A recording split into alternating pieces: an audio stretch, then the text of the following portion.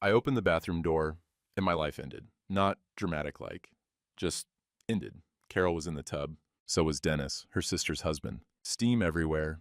That new perfume she'd been wearing, water sloshing against porcelain, his hand on her shoulder, her hand somewhere I couldn't look at. They didn't scramble, didn't apologize. Carol looked at me like I was interrupting something important. "Ray," she said, flat, annoyed. "You're home early." Not, "I'm sorry." Not, "This isn't what it looks like." Just, "You're home early." I stood there, with my hunting rifle still downstairs in the closet, mud on my boots, the whole world tilting sideways. 42 years of marriage. And she looked at me like I'd walked in on a business meeting. I backed out. Closed the door, walked downstairs, got in my truck and left. I should have said something, done something. But I just left. The deer weren't moving. Too warm for late November, felt more like October. Trees still holding leaves they should have dropped weeks ago. I'd been sitting in my stand since before dawn, watching fog lift off the hollows, and hadn't seen a thing worth pointing a rifle at. By 2 in the afternoon, I gave up. Earl was supposed to come with me, but his back went out the night before. 71 years old, same age my father was when he died. That thought stuck with me as I drove home, truck bouncing over the logging road. Earl and I had been hunting this land together for 40 years. Felt wrong doing it alone. I passed a red F-150 going the opposite direction. Didn't think much of it. A lot of trucks on these roads. The house came into view around the bend. White farmhouse my great-grandfather built in 1907. Same roof I'd repaired 3 times. Same porch where my father taught me to tie fishing knots. Carol's car in the driveway meant she was home. I figured she'd have venison stew going, the way she always did when I went hunting. Even if I came back empty-handed, she'd have stew. 42 years, you get used to certain things. I parked, grabbed my rifle, headed for the front door. It was unlocked. Carol always locked it when she was home alone. Small town habit. Even though crime out here meant someone stealing gas from your shed. Inside, the house was quiet. No TV, no radio, no kitchen sounds. Then I heard voices upstairs. Not words I could make out, just voices. Low, intimate. My first thought was the TV in our bedroom. Carol watching one of her shows. I set the rifle in the hall closet, climbed the stairs. My left knee popped. Old injury from when I was 30, slipped on ice carrying feed bags. The sound echoed in the stairwell. The voices stopped. I reached the landing. Bathroom door closed, but light showing underneath. Steam seeping out around the frame. I opened it. Carol was in the tub. So was Dennis Kroger, Linda's husband, Carol's sister's husband. The man who'd sat at my Thanksgiving table 8 days ago, eaten my food, shaken my hand. They were both naked, his arm around her shoulders, her hair wet, slicked back. That new perfume she'd been wearing lately, expensive, floral, nothing like the drugstore stuff she used to buy. I stood there. Couldn't move, couldn't speak. The steam made everything feel unreal, like walking into someone else's dream. Carol turned her head, saw me. Didn't gasp, didn't try to cover herself. Just looked at me with this expression I'd never seen before. Irritated, put out. "Ray," she said, flat voice. The way you'd say someone's name when they interrupted your work. "You're home early." Not, "This isn't what it looks like." Not, "I'm sorry," just, "You're home early." Dennis had the nerve to smirk. Actually smirked at me, water dripping off his gym rat chest, looking at me like I was the one out of place in my own goddamn bathroom. I should have said something. Should have grabbed him by the throat, thrown him through the window, done anything except stand there like a fool. But I couldn't find words, couldn't find rage, couldn't find anything except this hollow place where my lungs used to be. I backed out, closed the door, walked downstairs on legs that didn't feel like mine, got my rifle from the closet, didn't trust myself to leave it in the house, got in my truck, started the engine, drove. I ended up at my workshop, big barn on the back 40 where I kept my tools, the tractor, parts from 40 years of diesel mechanic work. I'd built it with my father when I was 19, before Carol, before Jessica, before anything. The truck cab was cold. November night coming on, temperature dropping fast now that the sun was down. I didn't care. I sat there with my hands on the steering wheel, staring at nothing. 42 years. Married at 25. I was a kid, really. She was 22, prettiest girl in 3 counties, working at the diner in town. I fixed her car, carburetor problem, simple. And she smiled at me like I'd hung the moon. We got married at the courthouse. Had Jessica 3 years later. Raised her in that house. Same house where I grew up, same house my father grew up in. 42 years, 3 months, 11 days. And she'd looked at me like I was interrupting her bath. I spent that night in the truck. Couldn't go back to the house. Couldn't face the empty rooms, the bed, the bathroom with its fogged-up mirror. The next day I worked on the tractor. Didn't need work, but I tore into it anyway. Hands busy, mind blank. That's how you get through things. Carol's car left around noon, came back at dinner. Left again after dark. Second night, same thing. Truck cab, cold, hands on the wheel. Third night, Earl's pickup pulled up outside the workshop. I watched him get out, walk to the door, knock. "Ray," he called. "Open up. I know you're in there." I didn't answer. "Ray," louder now. "We need to talk." I sat there another 30 seconds. Then I got out, opened the door. Earl took one look at me, 3 days without shaving, same clothes, probably smelled like a barn, and his face went soft. "Jesus, Ray," he said. "How long you been out here?" I couldn't meet his eyes.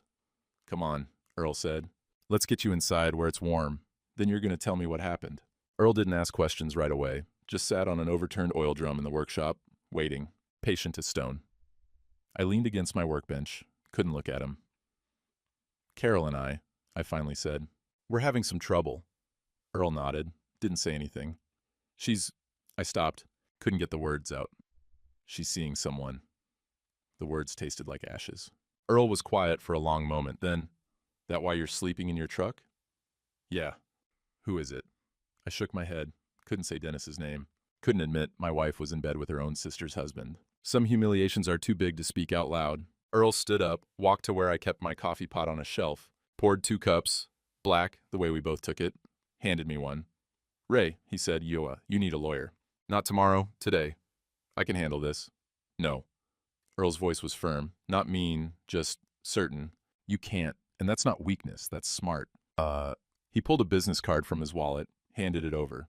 "Amanda Pierce, attorney at law. Family law specialist." "Friend of mine from church," Earl said. "She's young, but she's sharp. Call her." I held the card, stared at the raised letters. "I mean it, Ray, today." After Earl left, I stood there another 20 minutes. Then I called the number. Amanda Pierce's office was above the hardware store on Main Street, small place, organized like a military operation. Filing cabinets, yellow legal pads stacked neat, diplomas on the wall. She was maybe 35, dark hair pulled back. Looked like she could take apart a transmission and put it back together without breaking a sweat. "Mr. Hutchins," she said, shaking my hand. "Firm grip. Earl speaks highly of you. Have a seat." I sat in the chair across from her desk, felt like a kid called to the principal's office. "Tell me what's happening," she said. Pen ready, legal pad open. I told her, most of it anyway. The bathroom, the 3 days in the workshop, Carol's car, coming and going. Didn't mention Dennis by name, just said someone. Amanda listened without interrupting. When I finished, she asked questions, direct ones. "Is the house jointly owned?" Carol always handled the paperwork. "But yeah, I assume so. Been married 42 years. Her eyebrows went up slightly. "You assume?" "She managed all that, bills, taxes, accounts. I trusted her." Amanda wrote something down, underlined it twice. "Bank accounts?" "Joint checking. My father left me some money when he passed. That's in there too." More writing. "Mr. Hutchins," Amanda said, looking up. "I need you to listen carefully. Don't confront your wife. Don't argue. Don't threaten. What you need to do is document everything." "Document?" "Photograph papers. Note dates and times when she's gone. If you see anything unusual, cars, visitors, financial records, document it. Your phone has a camera?" Earl showed me how to use it. "Good. Use it. Evidence wins cases. Emotion loses them." I nodded. That made sense. Methodical, logical. Same way you diagnose an engine problem. Gather information, find the pattern, fix what's broken. "Can you do that?" Amanda asked. "Yes, ma'am." "One more thing." She leaned forward. "Do not touch anything that might be seen as threatening. No weapons, no confrontations, no showing up where she is. Understand? I'm not the confronting type anyway." "Good." She closed her legal pad. "Call me if you find anything. And Mr. Hutchins, I'm sorry this is happening to you." I stood, shook her hand again. "Thank you." Driving home, I felt something I hadn't felt in 3 days. Not hope, exactly. Just less alone. Someone had a plan. Someone believed me. Carol's car was gone when I got back. I parked, walked to the house, unlocked front door. She still wasn't locking it. Inside, everything looked normal. Kitchen clean, coffee pot on the counter, mail stacked on the table. Like nothing had happened. Like I hadn't seen what I'd seen. I walked upstairs, stood outside the craft room, Carol's space, where she kept her sewing machine, art supplies, computer. Door closed. I tried the handle. Locked. In 42 years, she'd never locked that door. Never had a reason to. I stood there, hand on the knob, something cold settling in my chest. From the workshop window, I had a clear view of the house. 20 minutes later, Carol's car pulled into the driveway. I watched through a pair of binoculars I kept for checking fence lines. She got out, went straight inside. Didn't look around, didn't check the workshop. walked like someone who owned the place. I watched her move through the house, could see her through the kitchen window, then upstairs. She went into the craft room, stayed there maybe 15 minutes, came out with a folder, took it to the kitchen, opened the oven, put the folder inside, closed the oven door. My stomach dropped. Who hides papers in an oven? She went back upstairs, locked herself in the craft room again. 20 minutes later, came out with her purse, got in her car, left. I waited 10 minutes. Then I went inside. The oven was still warm from where her hand had touched it. I opened it, folder inside. Plain manila, nothing written on the tab. I opened it. Property deed, transfer of ownership. From Raymond James Hutchins to Carol Marie Hutchins, dated 3 months ago. My signature at the bottom. Or something that looked like my signature. But I'd never signed this, never even seen it. I stared at the document, reading it 3 times, 4 times. My signature, my name, transferring my father's farm, 4 generations of Hutchins land, into Carol's sole name. The letters blurred. I picked up my phone, photographed every page. Hands shaking so bad the first few came out blurry. Did it again, steadier this time. Then I put the folder back exactly where I found it. Walked back to the workshop, sat on my stool in the cold. She forged my name. The affair was one thing, bad enough. But this was something else entirely. Part 3. Flicker of Hope. 950 words. I spent the next 2 days doing what Amanda said. Documenting. Felt good, actually. Gave me something to do besides sit and stew. Same kind of work I'd done for 40 years as a mechanic.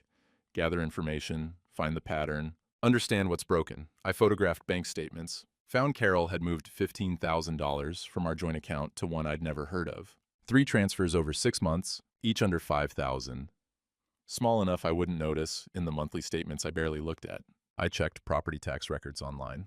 Earl's grandson showed me how. Turns out the internet's useful for more than cat videos. Found 3 different versions of our deed on file. One said joint ownership, one said Carol's name only, one said mine only. Someone had been filing contradictory documents, muddying the water. I made notes, dates, amounts, document numbers. Kept it all in a spiral notebook, same kind I used to track repair jobs. Late afternoon, I took a break. Hands cramping from writing, eyes tired from the computer screen Earl lent me. I walked to my workshop, opened my father's toolbox. It sat on the bench where it always sat, big red Craftsman chest, older than me. My father had bought it in 1965, same year I was born. Used it every day of his working life. When he died 8 years ago, I inherited it along with the farm. I ran my hand over the worn handle. The metal was smooth, where his hands had gripped it thousands of times. Inside, wrenches organized by size, sockets in their tray, screwdrivers with tape-wrapped handles. Everything had its place. Everything served a purpose. There was a note taped inside the lid, his handwriting, shaky from the Parkinson's that took him. I'd read it 100 times, but read it again. Ray, if you're reading this, I'm gone. Keep the land. It's yours by right and by work. Measure twice, cut once, and measure twice, cut once. His favorite saying meant don't rush, don't guess, do it right the first time. I closed the toolbox carefully. Carol wanted to take this from me. Not just the land, the whole thing. 4 generations of Hutchins men who'd worked this soil, built this farm from nothing, kept it going through depression and drought and every hard year that came. She wanted to erase it, forge a signature, and make it disappear. Not if I had anything to say about it. That night, I couldn't sleep. Lay in the workshop cot, staring at the ceiling, mind churning. Around midnight, I got up, walked to the house. Carol's car was gone. She'd been staying somewhere else, probably Linda's place, or maybe Dennis's. Didn't matter. I went to the hall closet, pulled down the box of old photos from the top shelf. Hadn't looked at them in years. Sat at the kitchen table, opened the first album, wedding photo. Carol at 22, white dress from JCPenney, smiles so bright it hurt to look at.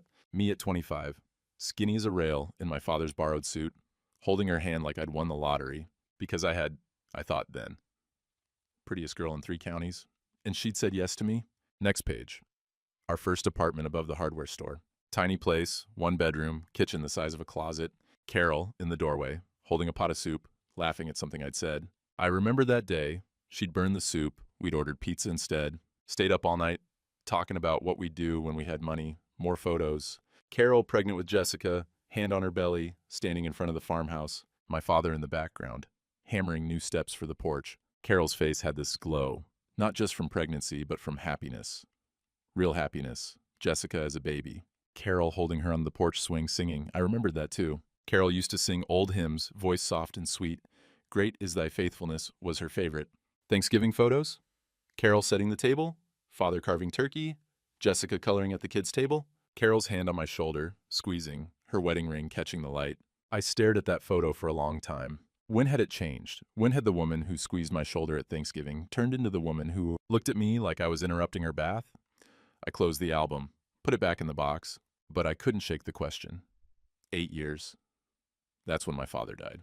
8 years since Carol started filing those contradictory property documents, started planning whatever this was. Had she been lying that long? Had she looked at my father's funeral and seen dollar signs instead of grief? I stood up, looked at the clock.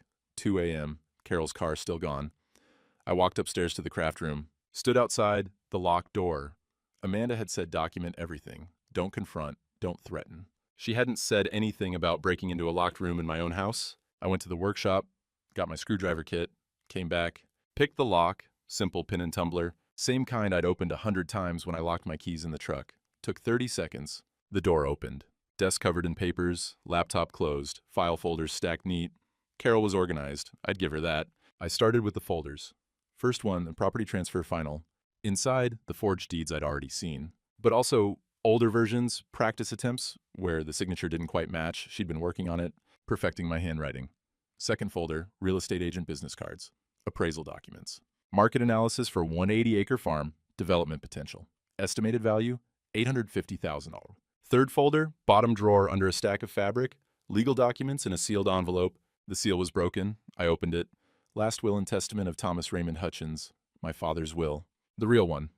Original, notarized, lawyer stamped. I read it 3 times. I leave the farm property at 4792 County Road 18, comprising 180 acres and all structures thereon, to my son, Raymond James Hutchins, in sole ownership, to honor 4 generations of Hutchins stewardship. This property is not marital property and shall remain with the Hutchins family line. Sole ownership. Not joint, not to Ray and Carol, to me, by name, with specific language that it wasn't marital property. My hands shook. Carol had hidden this for 8 years, since the day my father died. She told me the will said we inherited everything together, told me the lawyer had filed it that way. I'd believed her. Why wouldn't I? I photographed every page. The will, the fake deeds, the real estate documents, everything. Found her laptop password taped under the keyboard, like she didn't think I'd ever look. Opened it, email after email. Messages to Dennis going back 9 months. Planning, scheming, discussing how to handle Ray, how to make the sale happen, how to split the money. One email from Carol to Dennis, dated 6 months ago. He'll never agree to sell. The farm's his religion. We have to force it. Can your notary friend help with the signatures? Dennis's reply, already working on it. Ray's too trusting. This'll be easy. I sat in her desk chair, staring at the screen. 9 months. At least, maybe longer. The affair, the forgery, the hidden will, none of it was impulse. None of it was a mistake. It was a plan. A long, careful, calculated plan to steal everything my father had built. I heard a car engine outside. Carol's car, pulling into the driveway. I scrambled, closed the laptop, put the folders back exactly where I'd found them, slipped out of the craft room, closed the door, tested the lock, still locked. I'd picked it, not broken it. Ran downstairs, out the back door, across the yard to the workshop. Watched through the window as Carol entered the house. She went straight upstairs, checked the craft room door, rattled the handle, satisfied it was still locked. She didn't know I'd been inside. I stood in the dark workshop, phone in my hand, photos of every document Carol had tried to hide. My father's will, the proof that she'd been lying for 8 years. 8 years. I called Amanda at 7 the next morning. She told me to come in immediately. Her office felt different this time. Or maybe I felt different. I had evidence now.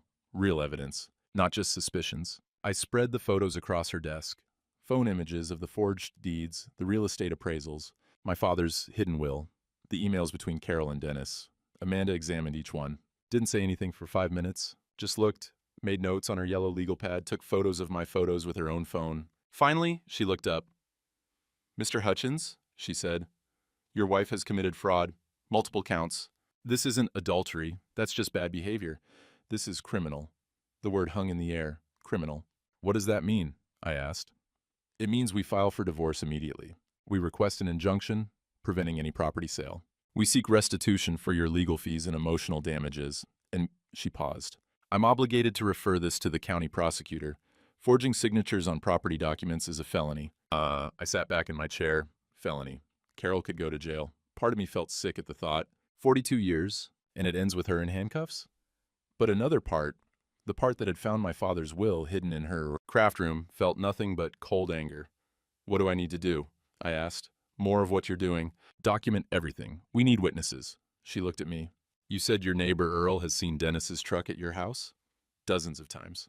When I was supposed to be gone? Can he testify to that? With dates and times? Earl's got a memory like a steel trap. If he saw it, he'll remember. Good. Get him to write everything down. Photos if he has them. Amanda pulled out a document. I'm filing the divorce petition today. Carol will be served within 48 hours. She'll hire a lawyer. They'll come after you hard, attack your credibility, claim you're unstable, argue the property should be split despite the will. Let them try, I said. Amanda smiled. Small, tight smile. That's the spirit. But Mr. Hutchins, no confrontations. No matter how angry you get, no matter what she says, you document, you walk away. Understand? Yes, ma'am. I mean it. She's going to push your buttons. She's going to try to make you lose your temper in public. Don't give her the satisfaction. I nodded. Thought about my father's words. Measure twice, cut once. One more thing, I said, Her sister's husband, Dennis, he's in those emails. He knew about the forgery. Helped with it. Amanda's eyebrows went up. Her sister's husband? Yeah. She wrote something down, underlined it hard enough the pen nearly tore through the paper. Jesus, she muttered. Then louder. Does the sister know? Linda? I don't think so. She's a church-going woman. Wouldn't stand for this. We'll see, Amanda said. People surprise you when money's involved. Driving home, I felt something I hadn't felt since that bathroom door opened. Control. Not happiness. Couldn't imagine being happy again. But control. A plan. A path forward. I took the long way, through town, Main Street, past the diner, the feed store, the church. That's when I saw them. Through the diner window, Carol, Dennis, and Linda, sitting in a booth together, 3 coffee cups, plates of pie, laughing about something. Linda, Carol's sister. The woman whose husband was sleeping with Carol, sitting there with both of them, laughing. My hands tightened on the steering wheel. I slowed the truck, watched them through the window. Carol said something. Dennis threw his head back, laughing. Linda smiled and shook her head like they were discussing something silly. The weather, a TV show. Not the systematic destruction of a family. I could go in there, walk right up to that booth, say everything I've been holding back for weeks. Amanda's voice in my head. No confrontations.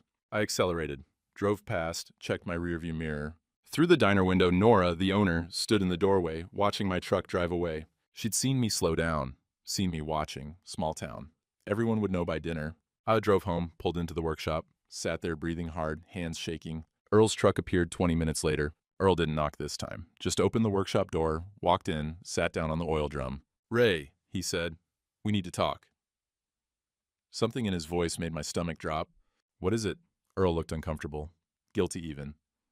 Carol's been telling people things. About you. I waited.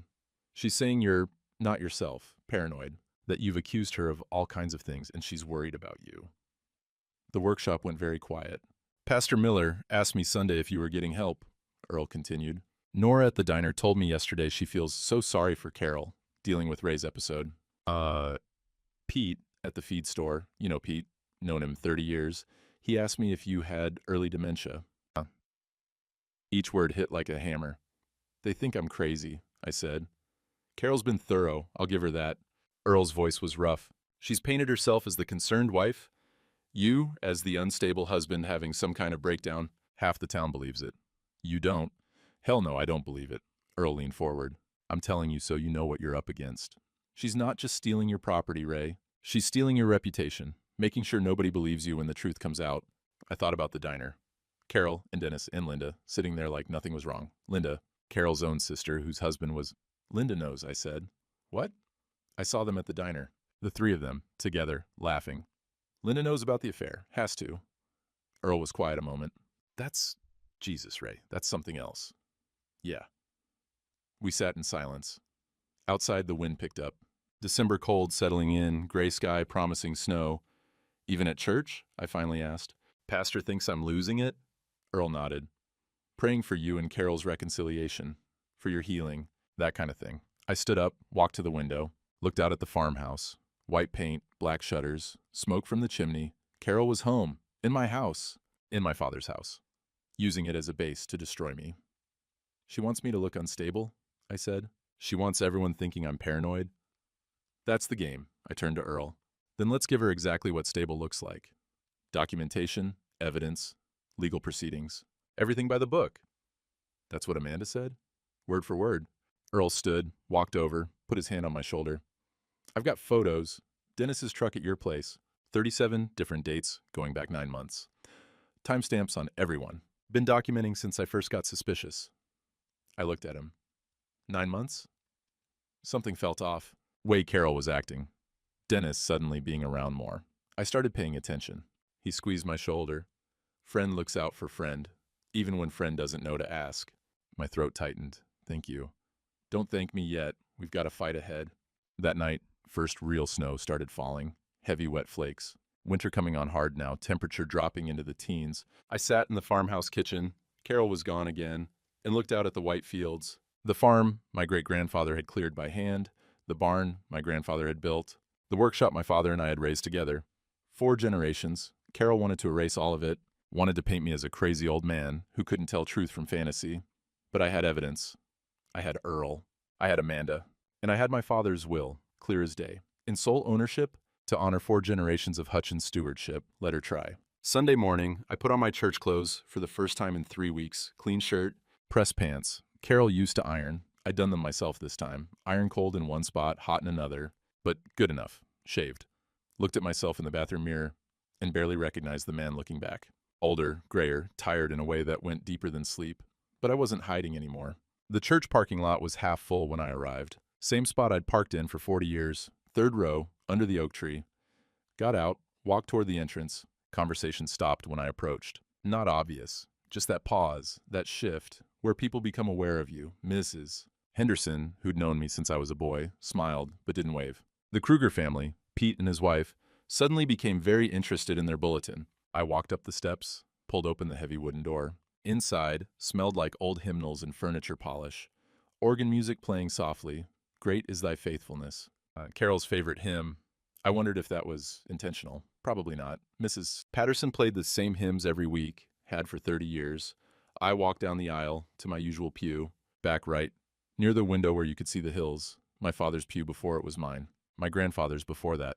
The couple in front of me, the Walshes, glanced back, then quickly forward. I sat, opened the hymnal, even though I knew all the words by heart. Pastor Miller's sermon was about grace in difficult times, about forgiveness, about how marriage is a sacred bond that requires patience and understanding when tested. He didn't look at me when he said it. Didn't have to. Everyone knew who he was talking about. After the service, Pastor Miller gripped my shoulder at the door. "Ray," he said, "we're praying for you and Carol both." His eyes were kind, pitying. "Appreciate it, Pastor," I said. What else was there to say? She's been forging documents and sleeping with her sister's husband. That wasn't a conversation for church steps. I walked to my truck. Across the street, Carol's car sat parked. She was inside, phone to her ear, watching me. When she saw me looking, she turned away, kept talking, documenting, I realized, building her case. See how he acts at church, how paranoid, how he stares. I got in my truck and left. Tuesday afternoon, I went to the diner. Same routine I'd had for 20 years. Coffee at 3, sit at the counter, chat with whoever was around. The bell jingled when I opened the door. Nora looked up from behind the counter. Her smile faltered for just a second, recovered. "Ray, haven't seen you in a bit."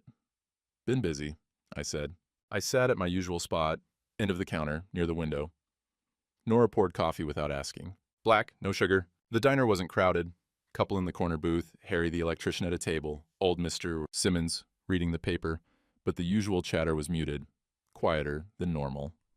Harry glanced over, looked away quick. I sipped my coffee. It tasted like it always did, strong, slightly burned, exactly right. The door jingled. Earl walked in. He didn't ask if he could sit, just pulled out the stool next to mine, waited for Nora to pour him a cup. We sat in silence, drinking coffee. 2 old men with nothing to say and everything understood. After 10 minutes, Harry paid his check and left. Nodded at Earl on his way out. Didn't look at me. Simmons folded his paper, stood up, walked past us without a word. The couple in the corner booth whispered to each other. The woman glanced over, pity in her eyes. Nora refilled our cups. "You boys need anything else?" "We're good, Nora," Earl said. She hesitated. Then quietly, "Ray, you doing okay? Not how are you? Not good to see you. You doing okay?" Like I was fragile, like I might break. "Fine, Nora," I said. Just fine." She nodded, unconvinced, and walked back to the kitchen. Earl and I finished our coffee. Left money on the counter, exact change plus tip. Walked out together. Outside, Earl pulled an envelope from his jacket, handed it to me. What's this? Photos. Dennis's truck. 37 dates? Typed up a timeline too, every instance I saw it. Times, dates, how long it was there. I opened the envelope. Printouts, color photos, timestamps in the corner. Dennis's red F-150 in my driveway. Different times of day, different weather conditions. Some overnight. You could tell from the frost on the hood in the morning shots. Earl had been watching, documenting, for 9 months. Why? I asked. Earl looked at me. Friend looks out for friend. My throat went tight, couldn't speak. Earl clapped me on the shoulder. You're not alone in this, Ray. Remember that. He got in his truck and left. I stood there in the diner parking lot, envelope in my hands. First snow of the season starting to fall. That night, the temperature dropped to 15 degrees. I was alone in the farmhouse. Carol hadn't been back in 3 days. The house groaned and creaked in the cold. Pipes knocked. Wind rattled the windows. I had checked the thermostat, set low to save money, bumped it up a few degrees so the pipes wouldn't freeze, walked through the rooms. Everything looked the same, but felt different. Empty. Cold in a way that had nothing to do with temperature. In the kitchen, I made coffee. Sat at the table where 4 generations of Hutchins men had eaten breakfast. Found myself staring at my father's old chair, the one with the worn armrest where his hand had rested, year after year. He'd sat there every morning, reading the paper, drinking coffee, planning his day. Keep the land. It's yours by right and by work. I walked out to the workshop, opened his toolbox again. That note still taped inside. Pulled it out, read it in the dim light. Measure twice, cut once. I folded it carefully, put it in my shirt pocket. Right over my heart, the wind picked up. Snow coming down harder now, accumulating on the ground. First real snow of winter, going to be a cold season. Through the workshop window, I saw headlights. Carol's car, pulling into the driveway. She parked. Didn't get out right away. Just sat there, car running, looking at the house, at the workshop, at me in the window. Then she got out, walked to the house with her phone held up, taking photos of the dark windows, the workshop light. Me standing there, building her case. See how he watches, how he lurks in the workshop, how unstable he is. She went inside. Lights came on in this kitchen, then the craft room upstairs. 15 minutes later, she came back out, boxes in her arms, loading them in her car, taking more of her things, moving out piece by piece. I stood in the workshop and watched. Didn't move. Didn't react. Just documented. Took photos of her taking photos, noted the time, the date, what she was removing. Measure twice, cut once. Carol's car pulled away, taillights disappearing down the driveway. The farmhouse sat dark and cold. I was alone with 4 generations of ghosts and a storm coming on, but I had Earl's photos. I had Amanda's legal strategy. I had my father's will and Carol's forged documents. I had everything I needed, even if it felt like I had nothing left. The envelope came on a Thursday, law office return address. I knew what it was before I opened it. Petition for divorce. Carol Marie Hutchins versus Raymond James Hutchins. I sat at the kitchen table and read it, every word, twice. Irreconcilable differences. That part was standard, Amanda had warned me. But then, petitioner has concerns regarding respondent's mental stability and competence. Respondent has made unfounded accusations, exhibited paranoid behavior, and demonstrated inability to manage household affairs. Mental stability, paranoid behavior, inability to manage affairs. The words blurred. Carol was requesting 50-50 property split, spousal support, exclusive use of the marital home during proceedings for her safety and well-being. Her safety. Like I'd ever raised a hand to anyone in my life. I called Amanda. I got it too, she said. Standard aggressive strategy. Don't panic. We expected this. She's saying I'm crazy. She's saying you're unstable. There's a difference, legally. Papers rustled on her end. We file our counterpetition tomorrow. Fraud claims, forged documents, proof of adultery. We request injunction, preventing any property sale, temporary restraining order, keeping her away from financial accounts, and restitution for legal fees. When's the hearing? Judge set it for January 8th. 18 days. 18 days. 2.5 weeks to save everything my father had built. Mr. Hutchins? Ray? Amanda's voice softened. This is going to get worse before it gets better. Carol's lawyer will try to provoke you. Make you lose your temper in public. You cannot give them that. Understand? I understand. Document everything. If she contacts you, record it. If you see her in public, photograph it. If anyone asks you about the divorce, say no comment and walk away. Can you do that? Looked at my father's note, still in my shirt pocket. Yes, ma'am. The tractor wouldn't start. Dead battery from the cold. Temperatures hadn't been above 20 in a week. I needed to plow the driveway, clear a path to the barn before the next storm hit. Friday afternoon, I drove to the feed store. Battery, salt for the ice, replacement hydraulic hose for the baler. Pete was behind the counter, gave me a look I couldn't quite read when I walked in. Not hostile, just careful. Ray. Pete. I grabbed the battery, hefted it to the counter. Heavy, 60 pounds, same as always. My back complained, but I didn't show it. That's when Dennis walked in. He saw me. I saw him. The air in the store went still. Dennis walked up to the counter, stood 3 feet from me, close enough I could smell his cologne. Expensive, the kind you saw in magazine ads. Ray, he said, cocky, like we were friends. Didn't expect to see you out. I set the battery on the counter, didn't look at him. Carol's worried about you, Dennis continued. Said you're not doing well. Memory issues, that kind of thing. Pete was watching. So was the clerk by the seed display. Small town. This would be all over by dinner. I turned to Dennis, looked him in the eye. My memory's fine, I said. Quiet, calm. So's my lawyer's. Dennis's smirk faltered. Just for a second. I handed Pete my credit card. Pete ran it through. Movements quick, nervous. Gave me the receipt. I picked up the battery. Walked past Dennis without another word. Behind me, I heard Dennis say something to Pete. Couldn't make out the words. Didn't matter. In the truck, my hands shook. Not from fear. From rage, I'd kept bottled tight. But I'd done it. Stayed calm, stayed controlled, took out my phone, photographed the feed store sign, the timestamp, noted in my spiral notebook. December 16th, 3:15 p.m., encountered Dennis Kroger at feed store. He attempted to provoke response. I declined engagement. Measure twice, cut once. Saturday morning, Earl showed up with his truck and jumper cables. We got the tractor started. Took 20 minutes in the cold, both of us breathing fog, fingers numb even through gloves. Thanks, I said. Earl just nodded. We stood there in the barn, warming our hands on coffee from his thermos. Got something for you, Earl said. Pulled out a manila envelope, thicker than the last one. All the documentation, photos, dates, times. Typed it all up, 42 instances now, not 37. Found some I missed. I took the envelope, heavy with paper. Also talked to Margie down at the real estate office, Earl continued. Her husband's the appraiser Carol hired. Margie was concerned. Said Carol's been calling every week, asking when they can list the property, even though I haven't signed anything. Even though, Earl poured more coffee. Margie printed out the listing draft Carol's been working on. It's in there too. I opened the envelope. Photos, timeline, and at the back a real estate listing. Professional photos of my farm, taken when I wasn't home. Description talking about development potential and prime location. Asking price, $875,000. My stomach turned. She's been planning the listing before the divorce is even filed, I said. Looks like it. We stood in silence. Outside, wind howled, temperature dropping again. Going to be another brutal night. A car engine approached. We both looked up. County Sheriff's cruiser. Coming up the driveway, my chest tightened. What now? The sheriff parked, got out. Young guy, maybe 30, looked uncomfortable.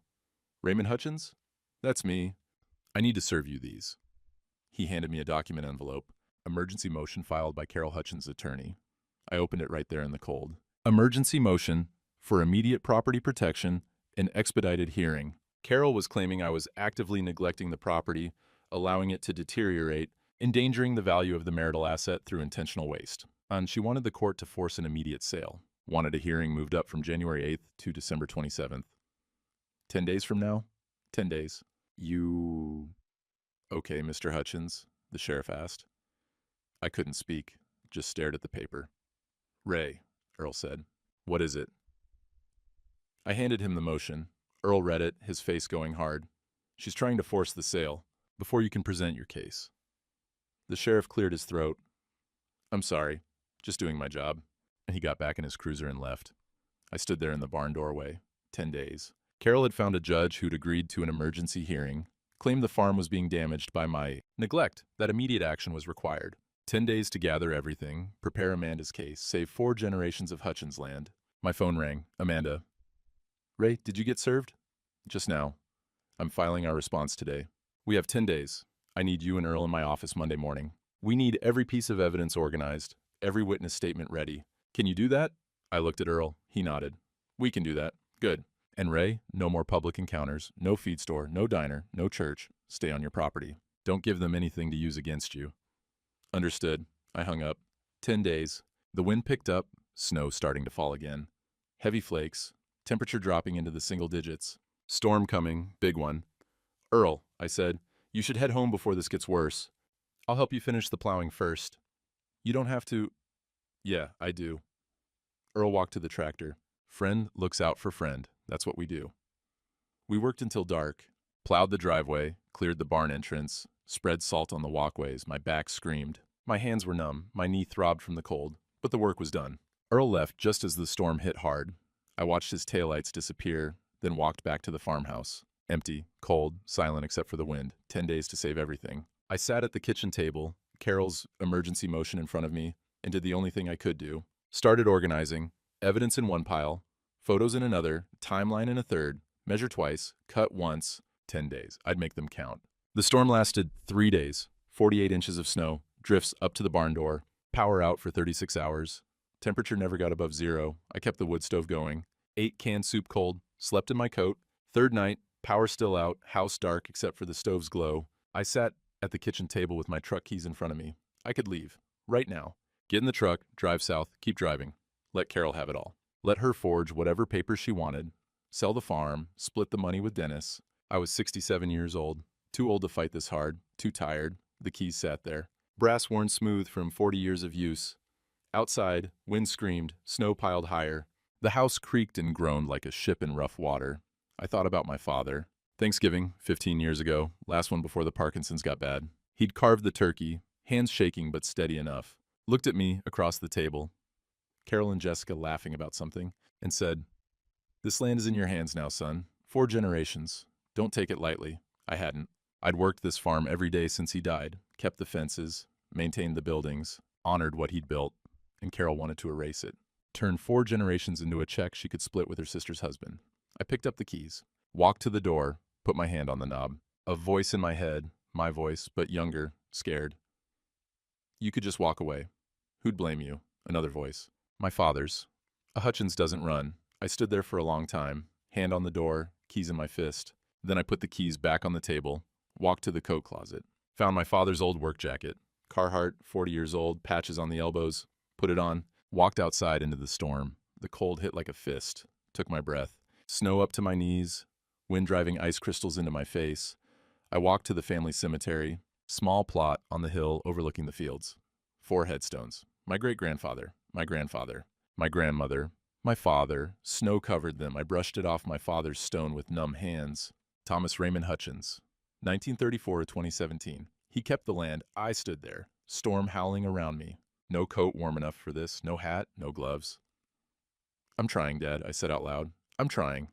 And the wind was the only answer. I don't know how long I stood there. Long enough my feet went numb. Long enough I stopped shivering, which Earl had told me once was a bad sign. Headlights cut through the snow. A truck coming up the driveway, slow, careful, Earl's truck. He pulled up, got out without turning off the engine, took one look at me standing in the cemetery in the storm. "Ray," he said, Jesus Christ, get in the truck." "I'm fine." "You're not fine. You're hypothermic. Get in the goddamn truck." I let him lead me back. Got in the passenger seat, heat blasting. Earl had a thermos. "Drink this," he said. "Soup, hot enough to burn." We sat there, engine running, snow piling up on the windshield. "I knew you'd be here," Earl said. "Storm like this? Knew you wouldn't leave?" Was thinking about it. Earl looked at me. "But you didn't." "No," he nodded. Poured more soup. We drank in silence. 10 days left, Earl said finally. "A man has got everything ready. Your testimony, my testimony, every document. We can win this, Ray, but you've got to hold on 10 more days." "I'm tired, Earl." "I know you are." Earl's voice was rough. "But your father didn't give up. Your grandfather didn't give up. You're not going to either." My phone rang. Earl's phone rang at the same time. Different numbers. We both answered. Mine was a Maryland area code. I didn't recognize it. "Hello? Dad?" A woman's voice. One I hadn't heard in 5 years. "Dad, it's me." I couldn't speak. Couldn't breathe. "Jessica?" I finally managed. "Yeah, Dad, Aunt Linda called me. She told me what's happening. With Mom. I'm so sorry. I didn't know." "Jessica, I'm driving up tonight. I have things you need to see. Things Mom doesn't know I have. It's storming. Roads are... I'm already in Pennsylvania. I'll be there by morning." Her voice cracked. "I'm sorry, Dad. I should have called sooner. I'm sorry." The line went quiet except for road noise, windshield wipers. Drive safe, I said. I will. Dad, I love you. She hung up. I sat there holding the phone. Earl was still on his call, talking low. He hung up, looked at me. That was Amanda, he said. She's got a prosecutor friend reviewing the fraud case. Criminal charges might be coming, for Carol and Dennis both. Jessica's driving up, I said, from Maryland, in this storm. Earl's eyebrows went up. You're Jessica. She said Linda called her, told her the truth, said she has evidence. Linda turned on her sister? Looks like it. We sat there, storm raging outside. But inside the truck, something had shifted. I wasn't alone anymore. Jessica arrived at 6 the next morning. The storm had passed, leaving everything buried under snow. Her rental car, little sedan with Maryland plates, looked like it had been through a war. Covered in road salt, ice in the wheel wells. She got out, tall, like me, brown hair pulled back, tired eyes, 38 years old, but I still saw the little girl who used to ride on the tractor with me. We stood there in the driveway, 3 feet apart, 5 years of silence between us. Hi, Dad, she said. Hi, Jessica. Neither of us moved. I'm sorry, she said, for everything, for believing her, for not calling, for... Come inside, I said. It's cold. Earl was already there, had gotten the wood stove going again, made coffee. Jessica came in, set down a laptop bag. We sat at the kitchen table, same table where I'd sat with my father, where he'd sat with his father. Jessica opened the laptop. Mom doesn't know I still have access to her cloud account, she said. I helped her set up her phone 5 years ago, before I stopped calling. She never changed the password. She turned the screen toward me and Earl. Emails, hundreds of them. Carol to Dennis, Dennis to Carol, going back 18 months. Jessica clicked on one from a year ago. Carol's words, he'll never agree to sell. The farm's his religion. We have to force it. Can your notary friend help with the signatures? Dennis's reply, already working on it. Ray's too trusting. This'll be easy. I read it 3 times. Earl leaned in, jaw tight. Jessica clicked through more, planning, scheming, discussing how to handle Ray, how to build a case for his incompetence, how to split the money, 50-50, $437,500 each. There's more, Jessica said. Her voice shook. Text messages, about me. She opened the messages. Carol to Dennis. Jessica won't be a problem. I've been working on her for years. She thinks Ray drove me away with his stubbornness. She won't side with him. Jessica's hands were shaking. She lied to me for 5 years, told me you were impossible, that you refused counseling, that you drove her away. Jessica, I believed her. Tears now, running down her face. I chose her over you because I believed her lies. I reached across the table, put my hand over hers. You're here now, I said. That's what matters. She looked at me. Grandpa would be so angry at me. I abandoned you when you needed family. Your grandfather would be proud you came back when it counted. Jessica broke, sobbed, came around the table and hugged me, first time in 5 years. I held her while she cried, my own eyes wet. Earl stood up quietly, stepped outside to give us space. When Jessica finally pulled back, she wiped her eyes. I can testify, at the hearing. I can show all of this, every email, every text, everything. That's a big decision, I said, going against your mother. She stopped being my mother when she tried to steal from you. From our family. Jessica's jaw set, stubborn. Got that from me. Grandpa left this farm to you, to us, the Hutchins family, not to Mom and her boyfriend. The word hung in the air. Boyfriend, her mother's sister's husband. A truck pulled up outside, Amanda's SUV, somehow making it through the snow-packed roads. Earl must have called her. Amanda came in, stamping snow off her boots, saw Jessica and the laptop. Miss Hutchins, she said. I'm Amanda Pierce, your father's attorney. Jessica stood, shook her hand.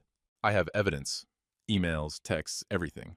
Amanda looked at the screen, started reading. Her face went hard. This is... She stopped, started again. This is everything we need. This proves premeditation. This proves conspiracy. This destroys their entire case. She looked at me. Ray, we're going to win. We're going to bury them. I looked around the kitchen table.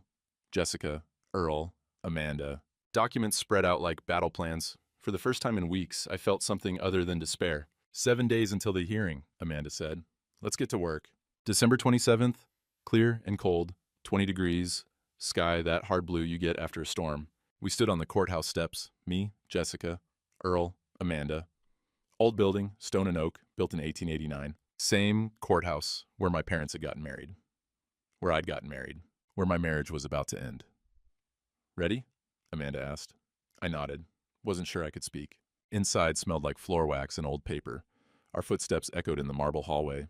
Courtroom C, second floor. Carol was already there. Sitting at the defendant's table with her lawyer, man named Mitchell, mid-40s, expensive suit, slicked back hair. Dennis sat behind them in the gallery. New haircut, pressed shirt, looking nervous. Carol had changed her hair. Blonde highlights, professional cut, looked like 10 years younger. She glanced at me when we walked in. No emotion, just cold assessment. Jessica sat behind our table. Earl next to her. A few other people in the gallery. Nora from the diner. Pastor Miller. Some folks I recognized from town. Witnesses. The town was watching. Judge Harold Whitmore entered. Everyone stood. He was 69, gray beard, reading glasses on a chain. I knew him slightly. He'd been friends with my father years back, both on the county planning commission. Be seated, he said. Mitchell stood immediately, aggressive from the start.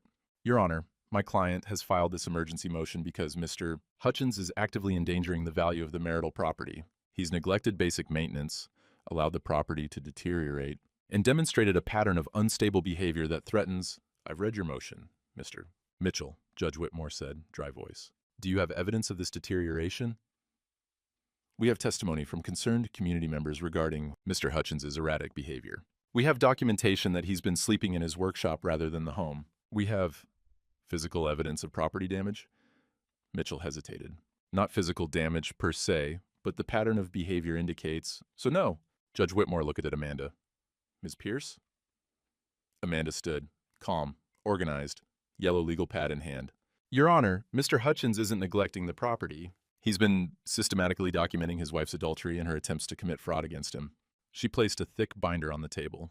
This contains evidence of forged signatures on property transfer documents, proof of an 18-month conspiracy to steal Mr. Hutchins's inherited farm, and testimony from witnesses regarding the adultery. Mitchell's face went tight. Carol whispered something to him. That's a serious accusation, Judge Whitmore said. Yes, Your Honor, which is why we've documented everything. The next hour was Amanda at her best, methodical, precise.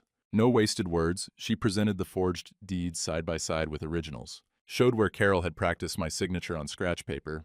We'd found those too, in her craft room. Showed my father's real will clear as day, in sole ownership, to honor 4 generations of Hutchins stewardship. Mitchell objected twice. Judge Whitmore overruled both times. Amanda called Earl to the stand. Earl walked up slowly. 71 years old, work-worn hands, nervous but steady. He swore on the Bible, sat down. Mr. Drucker, Amanda said. How long have you known Raymond Hutchins? 53 years, since we were boys. And you live next to his property?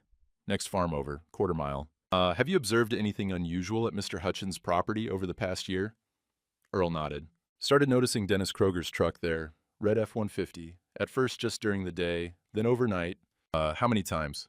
42 times I documented. Photos, dates, times, most of them when Ray was supposed to be gone. And Mr. Kroger is Carol's sister's husband.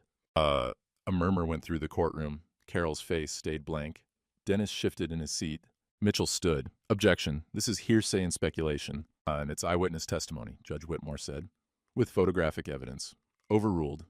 Amanda entered Earl's documentation into evidence. 42 photos, timestamps, a pattern impossible to deny. Why did you document this, Mr. Drucker? Amanda asked. Earl looked at me, then at Carol. Because I've known Ray Hutchins my whole life. He's the most honest man I've ever met. And when I saw what was happening to him, how people were starting to believe he was unstable, how he was being isolated, I knew someone had to have his back. His voice shook but never broke. Friend looks out for friend, Earl said. That's what we do. Amanda called Jessica next. My daughter stood, walked to the stand. 38 years old, strong, scared, brave. She swore in, sat down. Ms. Hutchins, Amanda said. You're the defendant's daughter? Yes. When did you last speak with your father before this month?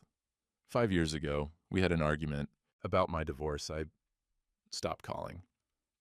Why did you come back now? Jessica's voice was steady. My Aunt Linda, Carol's sister, called me 3 weeks ago, told me what was really happening, that my mother was having an affair with Linda's husband, that she was trying to steal my father's farm. And you have evidence? Jessica pulled out her laptop. Amanda had it ready, connected to a screen. Emails appeared, blown up large enough for everyone to read. Carol's words, 18 months old. He'll never agree to sell. We have to force it. Dennis's reply, already working on it. Ray's too trusting. This'll be easy. More emails, planning, scheming, discussing forged signatures, discussing how much money they'd split, discussing how to make me look incompetent. The courtroom was dead silent. Mitchell stood, face red. Your Honor, this is a violation of privacy. It's evidence of criminal conspiracy, Amanda said, obtained legally through shared family cloud access. Overruled, Judge Whitmore said. He was reading the emails on the screen, face grave. Jessica continued, showed text messages between Carol and Dennis, showed messages where Carol manipulated Jessica's perception of me. Jessica won't be a problem. I've been working on her for years. Jessica's voice finally cracked. My mother lied to me for 5 years. Made me think my father was the problem. Made me abandon him when he needed family. She looked at Carol. I'm not making that mistake again. Carol's mask slipped, just for a moment. Anger flashed across her face. Judge Whitmore removed his reading glasses. Mrs. Hutchins, I'd like to ask you a question directly. Carol stood. Mitchell tried to whisper something to her, but she waved him off. Mrs. Hutchins, Judge Whitmore said, did you forge your husband's signature on property transfer documents? Long silence. The courthouse clock ticked. Yes, Carol said. Mitchell grabbed her arm. Don't. Carol shook him off. Yes, I forged it. Because he would never sell. The farm is worth money, real money. We could have retired in Florida, traveled, lived like normal people, but no. He'd just work until he died, like his father did, like his grandfather did. Her voice rose. 42 years I lived on that farm. 42 years of nothing. I earned the right to cash out. You earned nothing, Judge Whitmore said. His voice was cold. This court recognizes that the property in question was inherited by Raymond Hutchins per his father's will, with specific language excluding it from marital assets. You forged legal documents to steal property that was never yours. He looked at Dennis. Mr. Kroger, what's your involvement in this scheme? Dennis stood up fast. It was her idea. She said she needed help with the paperwork. I didn't know. You didn't know? Carol turned on him. You helped me practice the signatures. You connected me with the notary. That's enough, Judge Whitmore said. Dennis sat down, wouldn't look at Carol. Carol stared at him. Something in her face broke. All that planning, all that scheming, and Dennis had just thrown her under the bus to save himself. Judge Whitmore called a 20-minute recess, said he needed to review the evidence. We stood in the hallway. Jessica paced. Earl stood quiet. Amanda checked her notes. I just leaned against the wall, exhausted, hollow. 20 minutes later, we filed back in. Judge Whitmore had his decision written on a single page. The farm property remains with Raymond Hutchins, per the clear terms of his father's will. Divorce is granted. Carol Hutchins is ordered to pay Mr. Hutchins' legal fees as restitution for fraud. I'm referring this case to the county prosecutor for criminal review. He looked at Carol. Mrs. Hutchins, you are fortunate this is a civil proceeding. Forgery is a felony. You should speak with a criminal attorney. He banged the gavel. It was over. We walked out of the courthouse into cold February sun. Sky pale blue, snow still piled on the sides of the street from plows. Carol and Dennis left separately, through different doors, didn't look at each other. Mitchell had his phone out, already calling someone, probably a criminal lawyer. I stood on the courthouse steps with Jessica and Earl. People walked past, some nodded, some looked away. Nora stopped. Ray, she said, I'm sorry. I should have known better. It's all right, Nora. No, it's not, but she hesitated. I'm glad you got what's right. She walked away. Others would come later, I figured. Apologies. Explanations. Didn't matter much now. Coffee? Earl asked. Yeah. The diner felt different, or maybe I felt different. We sat in the same booth, me, Jessica, Earl. Nora brought coffee without being asked, set down a fourth cup. On the house, she said. We sat there drinking coffee, not saying much. What was there to say? Jessica broke the silence. I'm taking a week off work. Thought I'd stay, help with the farm. I looked at her. You don't have to. I want to. And she wrapped her hands around her coffee cup. I was thinking maybe I could come back this summer, help with planting, if you want. I'd like that. Grandpa used to let me ride on the tractor, she said. Quiet. Remember? I was maybe 5. He'd put me on his lap, let me think I was steering. He loved that, loved having you there. I'm sorry I stayed away so long. I reached across the table, put my hand over hers. You're here now. That's what counts. Earl stood up. I'm going to head out, let you two talk. He dropped money on the table, looked at me. Ray, proud of you. Couldn't have done it without you. Yeah, you could have. Earl smiled. Small, tired smile. But you didn't have to. That's the point. He left. Jessica and I finished our coffee. Talked about small things, her job in Maryland, the farm, spring planting, nothing heavy, nothing that needed saying. Outside, the sun was warmer than it had been in weeks. First hint of thaw in the air. Ready to go home? Jessica asked. Home. Hadn't thought of it that way in months. Just the farm or the house. But yeah, home. Ready. The farmhouse looked the same. White paint, black shutters, porch my great-grandfather had built. But something felt different walking up those steps. Inside, Jessica started coffee. I walked through the rooms. Living room, kitchen, my father's chair still at the table. Upstairs, the craft room door stood open. Empty now. Carol had taken everything that mattered to her. Left everything that mattered to me. I went back downstairs, out to the workshop. My father's toolbox sat where it always sat. I opened it. Tools in their places. Everything organized. Everything ready. Pulled out the note from my pocket, the one I'd been carrying since the day I found it. Keep the land. It's yours by right and by work. Measure twice, cut once. I folded it carefully. Tucked it back in this toolbox lid where it belonged. Walked to the tractor. Battery charged, oil changed, ready for spring work. Turned the key. Engine coughed, hesitated, turned over, started smooth. First try, small miracle. Or maybe just good maintenance paying off. Jessica appeared in the barn doorway. Tractor running? First try. Grandpa would say that's a good sign. He'd be right. She handed me a spring seed catalog. Found this in your kitchen. Thought you might want it. I took it, thumbed through the pages. Corn, soybeans, hayseed, another season coming. Jessica, I said, thank you for coming back, for the evidence, for choosing. I didn't choose you over her, Dad. Her voice was firm. I chose the truth. That's what Grandpa would have wanted. She was right. He would have. That evening, I walked out to the family cemetery. Sun setting behind the hills, sky going golden pink, temperature dropping again, but not cruel, just winter doing what winter does. I stood at my father's grave, brushed snow off the stone.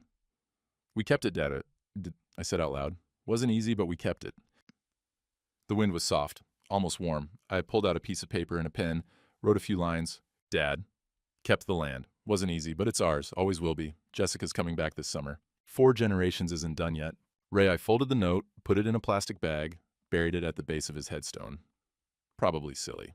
He couldn't read it, but it felt right. Walked back to the farmhouse. Lights on in the kitchen. Jessica making dinner. I could smell it from the yard. Something simple, real. Earl's truck pulled up. He got out with a covered dish. Figured you two might want company, he said. Inside, we ate at the kitchen table. Same table where my father had eaten. Where I'd eaten my whole life. Where Jessica had eaten as a child. After dinner, Earl left. Jessica cleaned up. I sat with my coffee, looking out the window at the dark fields. Spring would come, always did. Work to be done. Fences to mend, crops to plant. 4 generations of Hutchins work continuing. I'd lost 42 years, lost the woman I thought I'd married, lost time with my daughter I couldn't get back, but I'd kept the land, saved the legacy, got my daughter back. Some trades you make aren't equal, but they're the only trades you've got. Outside, the first robin of the year sang from the fence post. Spring coming, life continuing, I'd be here to see it. I learned something these past few months. Silence has a price, so does speaking up. But you pay one price once, and the other price forever. I'm not going to tell you I'm happy. Lost 42 years to a woman who saw dollar signs where I saw legacy. Lost time with my daughter I can't get back. Lost believing that trust alone is enough. But I kept the land. Got my daughter back. Learned who my real friends are. Carol and Dennis. Don't think about them much anymore. They made their choices. Living with those now. What I think about is this. A man's dignity isn't in never getting knocked down. It's in how he gets back up. Whether he does it with truth or with lies. Whether he drags others down or stands on his own feet. My father used to say, measure twice, cut once. It took me 67 years to really understand that. Means don't rush, don't guess. Do it right the first time. Even when it's hard. Especially when it's hard. I'm sitting on my porch right now. Dawn coming up over the fields. Coffee steaming in my hand. Church bells ringing in the distance. First real warmth in the air. Spring's here. Work to be done. And I'll be here to do it. If you've got people who raised you right, who left you something worth keeping, honor that. Protect it. Don't let anyone take it without a fight. Because some things are worth fighting for. Even when you're tired. Even when you're alone. Even when it costs everything you thought you had. The land remains. The truth remains. That's enough.